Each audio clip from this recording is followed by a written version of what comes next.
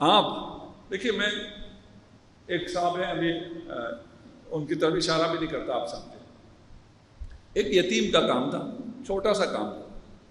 ایک صاحب کو میں نے فون کیا، وہ بہت بڑے لیول کے، میرا خیال تھا ان کو یہ لگے گا کہ یہ میرے لیول کا کام تو نہیں ہے، ایک یتیم کا تھوڑا سا ایک آفس میں چھوٹا سا کام ہے، یہ مجھے کیوں کہا؟ کیونکہ یتیم کا تھا اس لیے میں نے ان کو فون کیا، میں نے کہا یہ کام کرنا ہے. مجھے بہت خوشی اس میں کہ جب تک وہ کام ہو نہیں گیا انہوں نے اس آفس والے کو چھوڑا ہی نہیں. 5 سے 6 مرتبہ فون کیا، بعد میں انہوں نے اس یتیم سے پوچھا کہ تمہارا اس سے کیا رشتہ ہے؟ اس بیچارے یتیم کو تو پتہ ہی نہیں تھا کہ میں نے کس سے بات کی، جانتے ہی نہیں ہیں فلاں صاحب کو.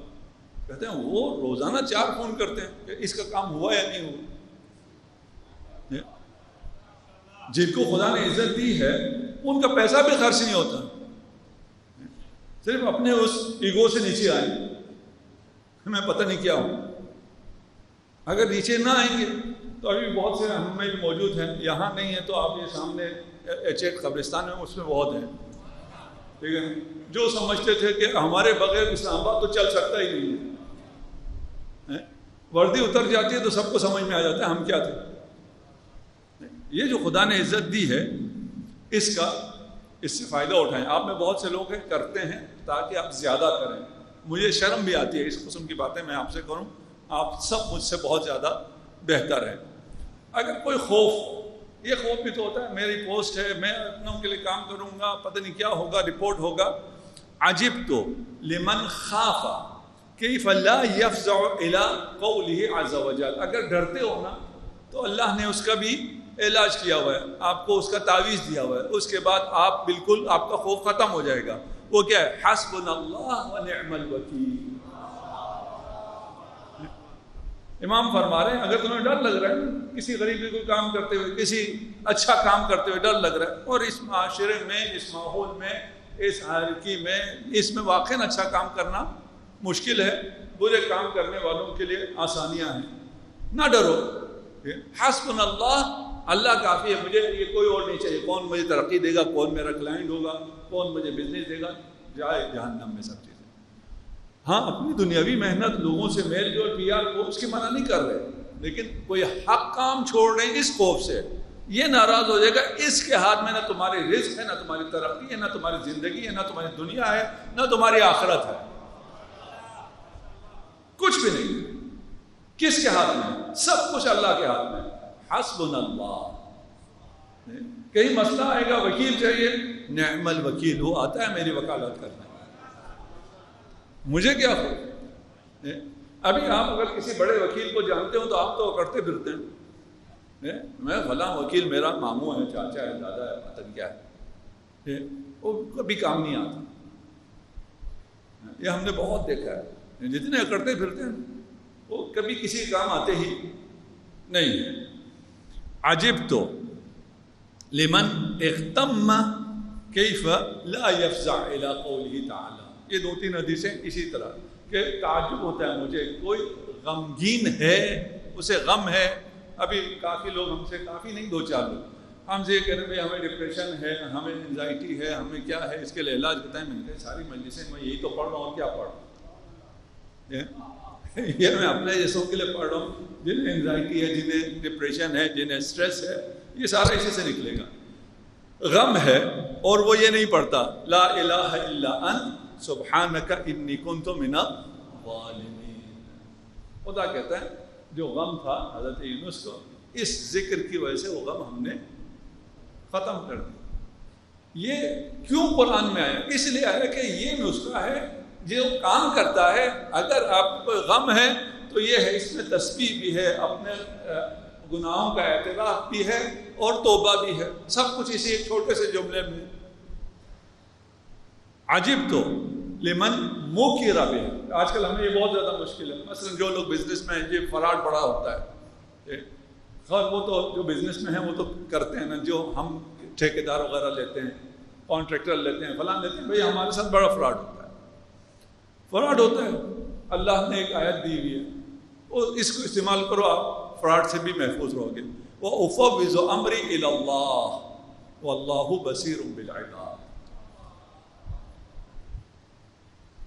میں اس قابل نہیں ہوں کہ میں اس ممبر پہ بیٹھ سکوں، یہ میں جانتا ہوں۔ میں اس ممبر پہ آتے ہوئے اس ممبر کو تھام کے یہی آیت تلاوت کرتا ہوں، اور اس آیت کی طاقت پہ یہاں بیٹھتا ہوں، الا میری یہ حیثیت ہی نہیں ہے۔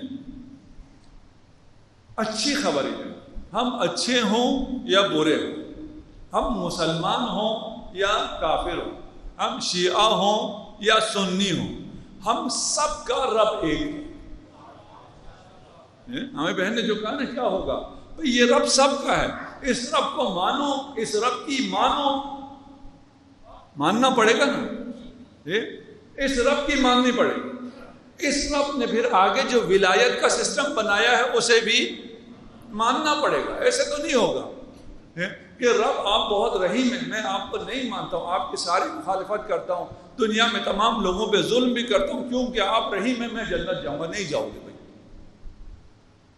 اور کسی کے لیے میں نہیں کہتا ہوں کون جنت جائے گا کوئی نہیں جائے گا، یہ بندہ تو نہیں جائے گا جو ظالم ہو، قاتل ہو، اور کیا ہو، عاصی ہو، زانی ہو، یہ کہ کیونکہ رب رحیم ہے اس لیے میں جنت میں جاؤں گا، یہ نہیں جائے گا۔ یہ رب ہے، یہ سب کا رب ہے، یہ خود آپ کے سارے کام کرتا ہے، کوئی اور نہیں ہے۔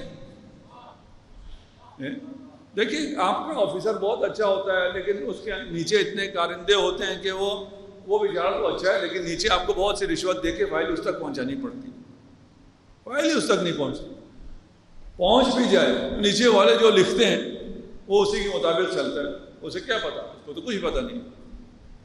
ہم اپنی بات کر رہے ہیں نا، ہم لوگ جہاں بیٹھے ہیں تو جو رپورٹ آتی ہے ہمیں تو کوئی پتہ نہیں ہے۔ میرے پاس اگر ایک مریض آتا ہے، فلان آتا ہے، مجھے تو پتہ نہیں ہے، میرا اسٹاف دیکھتا ہے، وہ کہتا ہے یہ مریض ہے، وہ کہتا ہے یہ مستحق نہیں ہے، میں تو اسی پہ چلتا ہوں، مجھے تو کسی چیز کا علم نہیں ہے۔ اللہ ایسا نہیں ہے، رب ایسا نہیں ہے کہ اس نے آپ کا کام آگے اپنے کسی اسٹاف کو دیا ہوا ہے، اس اسٹاف کو بھی خوش کرنا پڑے گا، نہیں، خود ہے ڈائریکٹ، جب پکارو وہ حاضر ہے، جو مانگو وہ دیتا ہے، کوئی لمیٹیشن نہیں، کوئی پری ریکوزٹ نہیں ہے کہ میں پہلے یہ بنوں گا تو پھر اس قابل ہوں گا کہ میری بات رب تک پہنچے گی۔ آپ کو ابھی سپریم کورٹ میں جانے کے لیے کتنے نیچے سے لوگوں سے گزرنا پڑتا ہے، وہ پہنچتی نہیں ہے، بات پہنچنے کے بعد بھی کیا ہوتا ہے کیا نہیں ہوتا پتہ نہیں۔ یہاں ڈائریکٹ، یہاں اس کائنات کی سپریم اتھارٹی کے ساتھ ڈائریکٹ ہے، کتنے طاقت، کوئی اور نہیں ہے، نہ کوئی رسول نہ کوئی امام۔ اب یہ سمجھنے کی بات ہے، یہاں سے تھوڑا سا بات اگر سمجھ میں نہ آئے تو پھر خراب طرف چلی جائے گی۔ جنہیں سمجھ میں نہیں آتی ان کے لیے مشکل، یہ جگہ دونوں طرف والوں کے لیے مشکل ہوتی ہے، ادھر والوں کے لیے بھی ادھر والوں کے لیے بھی۔ میں کہتا ہوں ان دونوں کو میں مارجن دیتا ہوں، دونوں جاہل ہیں، دونوں طرف جو بحث کر رہے ہوتے ہیں دونوں جاہل ہیں، کیونکہ جاہل ہیں، جاہل کو آپ مارجن دیتے ہیں۔ ہم سے پوچھتے ہیں بھئی آپ کیسے آرام سے ہنس کے بات کر لیتے ہیں مشکل باتیں، یار جاہل کو مارجن دینا پڑتا ہے، کسی معاند کے ساتھ میں بیٹھتا نہیں، جو جانتے بوجھتے ہوئے معاند ہو، ناصبی ہو، اس کے ساتھ میں نہیں بیٹھتا، وہ مجھے پسند نہیں۔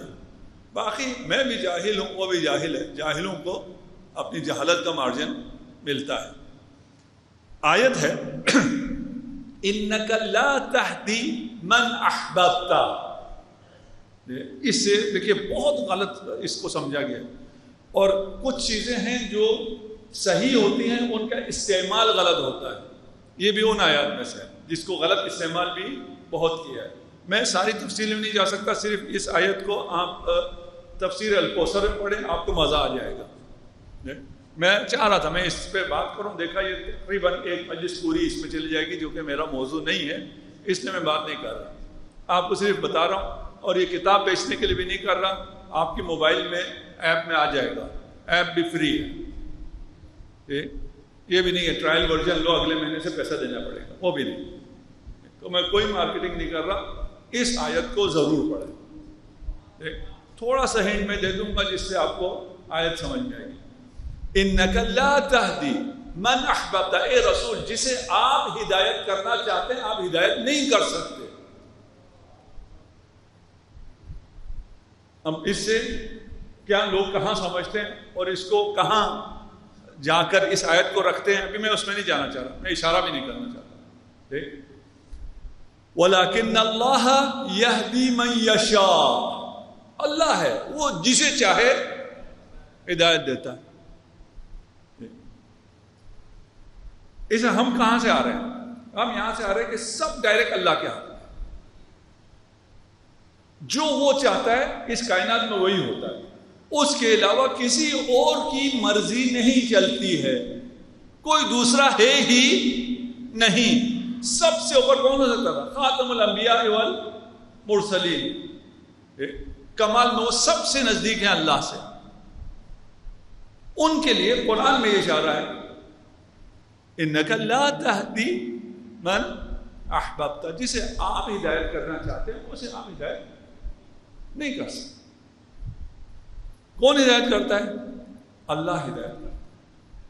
اچھا، کل ہم نے ایک آیت پڑھی تھی، اس سے اس یہاں آپ کو ملے گا.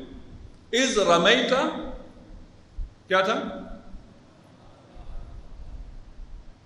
ولیکن ما رمیتا اذ رمیتا ولیکن اللہ رمی.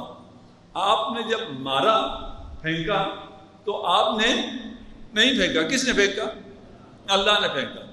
اے رسول آپ نے جب ہدایت دی تو آپ نے ہدایت نہیں دی، اللہ نے ہدایت دی. ادھر رسول خدا کا مقام نیچے نہیں ہو رہا ہے، اوپر ہو رہا ہے. اگر سمجھ میں آئے اس کو ہم سمجھ کے کیا کہتے ہیں؟ رسول جسے ہدایت کرنا چاہتے ہیں وہ ہدایت نہیں پا سکتا. ممکن نہیں ہے رسول جسے ہدایت کرنا چاہیں وہ ہدایت نہ پائے. کیوں؟ اس لیے رسول کی چاہت وہی ہے جو اللہ کی چاہت ہے.